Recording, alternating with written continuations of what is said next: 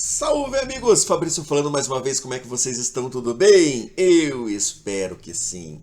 Pessoal, a coisa mais importante quando você está fazendo day trade é você ter uma correta leitura de contexto do mercado. Você entender o que está acontecendo naquele momento, para que dessa forma você consiga usar o setup, o operacional mais adequado àquele comportamento que você está tendo no momento, tá certo? Vou passar para vocês aí uma análise de contexto de mercado que nós fizemos hoje de manhã, eu com os amigos aí que operam junto comigo, para você exercitar um pouquinho a tua cabeça aí com a leitura de movimentação do gráfico de Renko. Dá uma olhadinha aí, espero que você goste.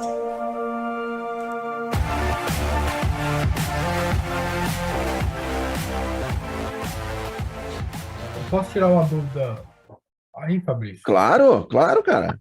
Você fala que a média vem esmagando o preço, né? Qual Isso, seria as médias? A rápida ou a curta? Ou as duas? as duas. Você sempre vai olhar, Brawler, para as médias, daquela maneira até que eu gostava de usar, usando uma nuvem, assim. Eu parei de usar porque eu estou evitando de usar indicador que não é nativo do Profit, tá? E aqui, olha, tem inúmeras médias, tá? Aqui, por exemplo, agora, olha, aqui tem várias médias. Então tem a média de 12, a de 21, a de 36, a de 50. Todas elas estão neste miolo aqui, olha. E você sempre tem que imaginar assim, quando o preço está caindo, a gente imagina o quê? Que os vendedores estão mais fortes. Onde os vendedores entram de forma mais incisiva? É na região das médias. Na região, aqui, olha. Não é na linha, é na região. Alguns entram na média de 12, outros na média de 22, outros na média de 36. Uns entram na média de 9 dos 5 minutos, outros entram na média de 21 dos 5 minutos. Mas essas médias, elas estão todas nesta região aqui, olha. Então a gente imagina um mercado forte na queda quando o preço não consegue, olha, penetrar dentro das médias. Correto? E por isso que, Certo. quando a gente vai entrar contra o movimento, eu quero ter um espaço, olha, de retorno até as médias. Porque eu não sei, Brawler, se eu estou diante de um movimento de força ou não. Então, se eu vou entrar contra esse movimento, eu quero pegar esse repique aqui, ó, que ele faz até a região das médias. Porque a hora que ele chegar na região das médias, ele volta a cair. Então, ele chegou na média, eu pulo fora da operação, correto? Agora, Certo. quando você vê uma situação dessa aqui, olha, a gente entende que os compradores estão esmagando o preço para cima aqui, olha. Tá vendo? Então eu não quero entrar contra eles aqui. Por isso que eu preciso que ele se afaste, que ele desça, se afaste, puxa as médias para baixo e daí volta lá. Porque se ele fizer isso, ele vai cruzar todas essas médias, ele vai estar me mostrando que realmente não existe dominância de compradores. Aí eu vendo aqui. Então, eu faço toda a minha leitura de força de mercado de acordo com o movimento do preço em relação às médias. Movimento Hum, forte para baixo, o preço trabalha abaixo das médias. Movimento forte para cima, o preço trabalha acima das médias. Preço cruzando as médias, mercado lateralizou. Ok? hum, certo. Mas essa entrada aí que deu no 103, nunca venderia aí. Que ele atravessa o price guide, ele dá esse retorno, aí ele faz um. Parece que ele faz o renco aí no meio do price guide, Sim. toca na média e desce. O que você precisa entender que para você fazer essa entrada, é bacana que a média já tenha passado para baixo, Ah, essa não tá? seria é parecida com RPV? É o que a gente chama de RPV do Saulo. Só que o que acontece? Você sempre tem que buscar um rompimento da média e não do Hum, renco. Porque é muito comum ele fazer isso aqui, olha que você está vendo aqui em cima. Então, o preço Ele teria que passa, descer mais. ele passa o preço, olha, lazarento, volta, tá vendo? Ó? Uhum. Agora, quando ele passa e puxa a média junto, opa, aí a coisa começa a ficar mais bonita. Então, para você buscar um rompimento mais efetivo de um price guide, você sempre busque o rompimento da média e não do renco, porque o renco engana muito. Ele passa e daí volta. Ele passa e volta. Quando ele passa e traz a média junto, aí você tem indício de um movimento de mais força. Tá? Então, realmente, essa venda que você viu ali é o chamado RPV do Saulo, que a gente chama, que é o melhor que tem.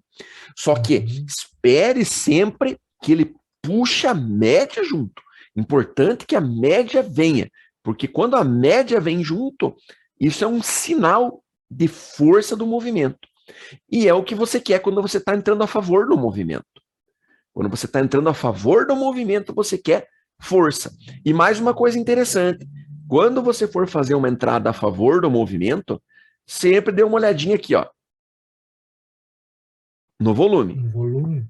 Aqui, olha, por exemplo, onde você observou, o volume, olha, o volume aumentou, tá vendo lá, ó, o volume vermelho? Como aumentou o volume, ou seja, isso era também um bom sinal para você entrar junto, tá? Mas o macete é, observe o rompimento da média. Certo. Então Ok? eu não preciso colocar aquela nuvem, não, né? De regra de exploração. Eu Não, posso usar a 12 para isso, né? a 12 e a 72. Eu estou enxergando a nuvem aqui agora, ó. Na minha mente, eu olho aqui, eu enxergo ela. Tá? Aqui, ó. Região entre médias. Essa região aqui, olha, entre médias, é a região de briga. Sempre que entrar aí, você vai ter uma briga. Então, quando os vendedores são mais fortes, eles ganham a briga, olha. Então, eles vão estar sempre empurrando o preço para baixo. Certo. Quando não existe essa dominância dos vendedores, o preço consegue voltar aqui para cima, olha. E aí o mercado lateraliza. Por isso, quando você vai operar a favor do movimento, digamos que você resolva se aprofundar na operação do RPV, que foi essa operação que você viu aqui. Você vai buscar sempre operar em momentos que o preço não consiga entrar para dentro das médias, que ele venha trabalhando embaixo delas, assim. Ou, no caso, em cima, quando é para cima, né? Quanto menos o preço entrar, olha, para dentro das médias, maior é o indício que você tem de dominância do mercado. No caso aqui no dólar, ó, dominância dos compradores. Tá? Então a média ela vai funcionar como um termômetro ou um medidor de força. Quanto mais força o mercado tiver, mais dificuldade o preço vai ter para entrar nessa região das médias. Certo. Aí, mas você olhando aqui agora, assim, o índice agora, né? Porque ele trabalhou ali no price guide de cima e ele deu essa rompida para baixo, né? Você não vê esse aqui que ele ainda tomou uma tendência, não. Ele está lateral ainda, né? Para mim, ele está lateral. Para mim, ele tá, para mim, ele tá lateral. 72 ali. Até porque, assim, olha, Brawler, eu sempre quando eu vou operar a favor da tendência, e eu sou muito criticado por isso, que o pessoal fala que eu compro topo e vendo fundo, mas eu quero buscar o quê? Eu quero buscar deslocamento do mercado. Porque para eu entrar a favor da tendência ou a favor do movimento, Brawler, eu preciso que o mercado me prove que realmente ele está em tendência. Então eu não me deixo deslumbrar, meu amigo, por esse tipo de movimento aqui, olha. Porque olhando de perto parece que ele deslocou, né? Isso! Mas aí a gente precisa lembrar o conceito de deslocamento do Renan Roça. Qual é o conceito de deslocamento? Deslocamento é quando o mercado sai de uma região onde ele estava sendo negociado e vem para uma região onde ele não estava sendo negociado. Vamos relembrar. Deslocamento é quando o mercado sai de uma região onde ele estava sendo negociado e vem para uma região onde ele não estava sendo negociado. Então, eu só considero que o mercado está em tendência se ele vencer aqui, ó, ou se ele perder aqui. Para mim, se o mercado ficar aqui, dentro desses 1.500 pontos, que geralmente ele fica, ele está lateral. E como eu falei, eu não me deixo deslumbrar por esses movimentos aqui dentro. Porque eu sei que esses movimentos, a qualquer instante, eles fazem o que ele está fazendo agora, olha. Ele ameaça um movimento de força, ele para e devolve tudo. Porque aqui dentro o mercado funciona como um liquidificador. Ele bate para cima e para baixo o tempo todo. Ele muda de direção o tempo todo. E por que ele consegue fazer isso aqui dentro? Porque aqui dentro você não tem dominância de compradores e nem dominância de vendedores. O que mantém o mercado em tendência, lembra da história que eu falei, que ele não consegue entrar na nuvem? O que mantém o mercado em tendência é a força, no caso aqui, dos vendedores. E quando existe força, qual é o primeiro sinal de força, pessoal? O primeiro sinal de força é deslocamento. Entendeu, Brauler? Por isso a minha dificuldade que eu tenho, meu amigo, é uma dificuldade minha, que eu tenho para operar o índice a favor do movimento. Porque é raro você ver esses momentos. É raro. A maior parte do tempo, e veja quantas horas a gente passa junto olhando para isso, a maior parte do tempo é essa lenga-lenga que vocês estão vendo aqui, ó. É a maior parte do tempo. Então, eu sempre penso assim, eu acho melhor a gente tentar se especializar em uma operação que a gente possa operar ela num período maior de tempo. Então, se o índice, a maior parte do tempo, ele está nessa lenga-lenga, sem ter dominância de compradores nem de vendedores, ora bolas, eu vou tentar achar algo que eu consiga operar nesses momentos. Automaticamente eu já vou ter uma chance maior de acertar.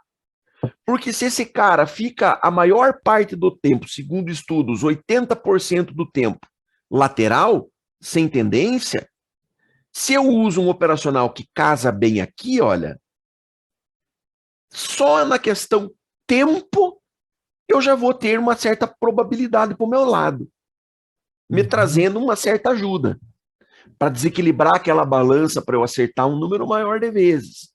Certo. Entende? Então, eu, dentro do meu pensamento, eu acho que é muito melhor a gente tentar operar algum tipo de setup, de operacional de mercado lateral, do que tentar pegar tendência, visto que os movimentos de tendência, eles são minoria. Né? Eles acontecem numa porcentagem muito menor.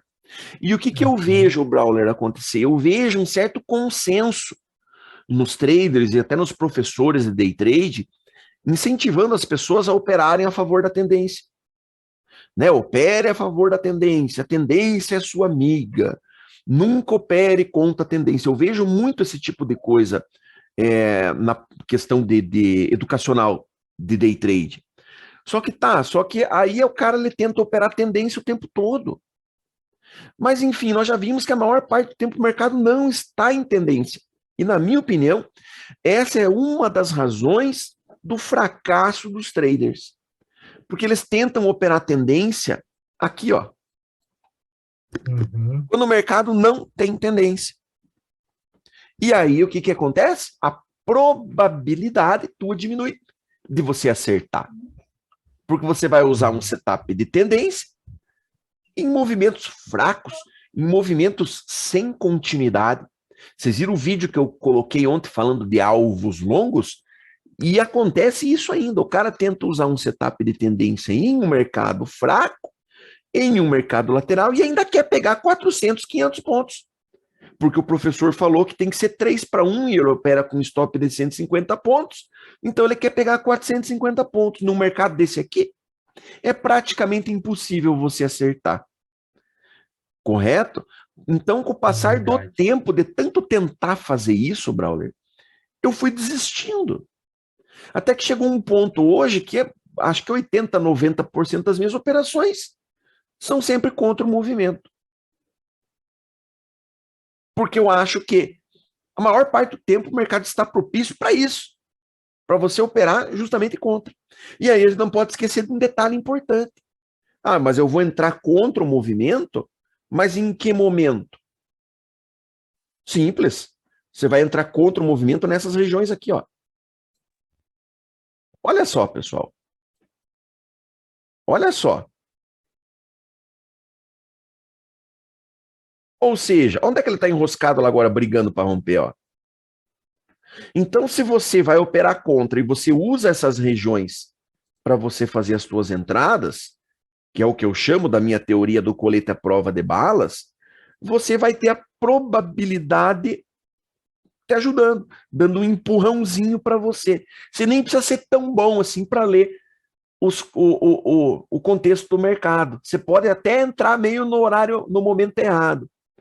Mas, como essas regiões de suportes e resistências apresentam um problema para o índice futuro, o índice futuro é covarde, é bundão, quando ele chega num obstáculo, ele afrouxa os garrão e tem dificuldade para atravessar, ótimo, é justamente nessa região que a gente vai querer pegar ele.